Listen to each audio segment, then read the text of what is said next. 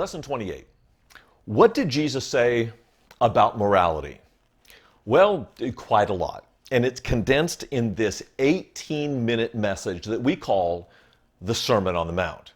Now, I'm sure originally it was much longer than that, but these are the notes that we got from Matthew, 18 minutes that changed the world. This is not just the most famous speech of Jesus. It is the most famous speech ever given in humanity. And part of the reason is that 5 different times Jesus changed all of ethics, all of morality, all of religion, 5 times in one 18-minute message. Let me put that in perspective. Albert Einstein, as smart as he was, did it once in his lifetime. By taking this incredible thought of the theory of relativity and putting it on a bumper sticker, E equals mc squared. We have 5 moral bumper stickers from Jesus, and they change everything about religion, each one of them alone. Let me just plow through the 5 so you kind of get a gist of the genius of this one sermon. Number 1 is a reversal of values. The Beatitudes, which run from chapter 5, verse 3 through verse 10, they're all surprisingly reversal of values. Blessed are the poor in spirit, not the rich, the poor, blessed are they, for theirs is the kingdom of heaven. Blessed are those who mourn. You wouldn't have guessed that. Blessed are the meek. You wouldn't have guessed that. But the last one, blessed are the persecuted, is the only one that Jesus commented upon. And when he did, he changed it from third person, those people, blessed are those people, to blessed are you. When you are reviled and persecuted and insulted because of, and this is important, because of me, Jesus says. Elsewhere in Jewish literature, you can find that the persecuted, like martyrs, are honored because they stood fast for the Word of God. It's the Torah that they died for. Go to the end of the Sermon on the Mount and you find Jesus placing himself in the place of the Torah again. Not just blessed are you when you're persecuted, but blessed are you when you build your house upon my words. It's a rock. And the rains came down and the winds blew and beat against that house and it did not fall because it had its foundation on the rock. Jesus begins the sermon and ends the sermon with the declaration that he is the Torah, firm enough for you to build your life upon.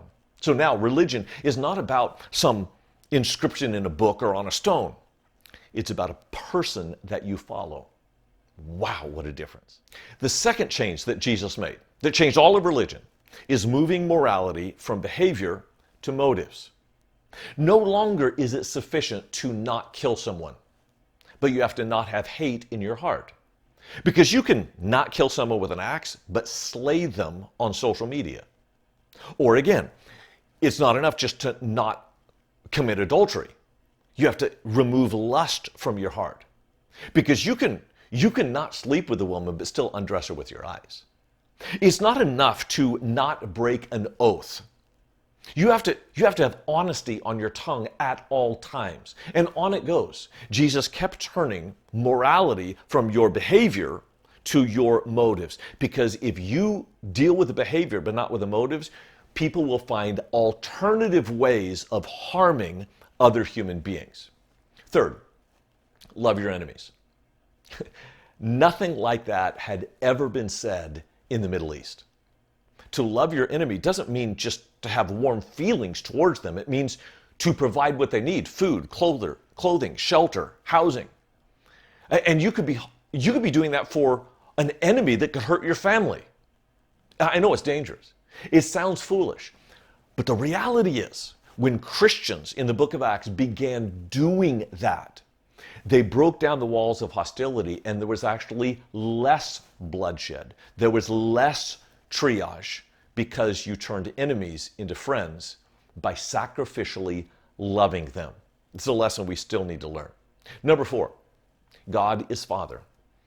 In the Lord's Prayer, chapter 6, verse 9, it says, "Our Father, which art in heaven."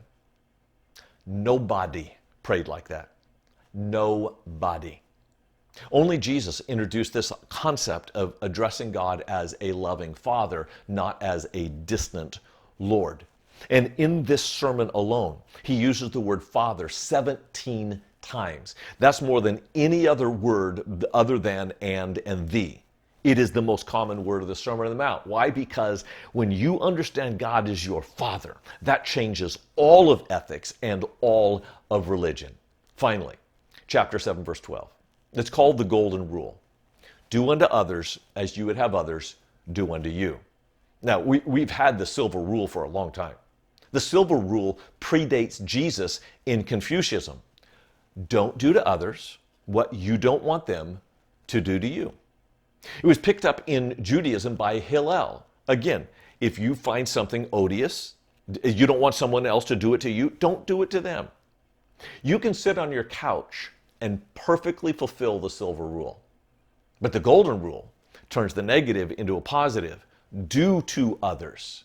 And that requires every effort from every fiber for every minute of your waking day to do to others what you would have them to do to you.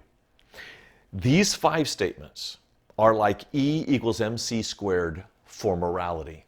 They change everything.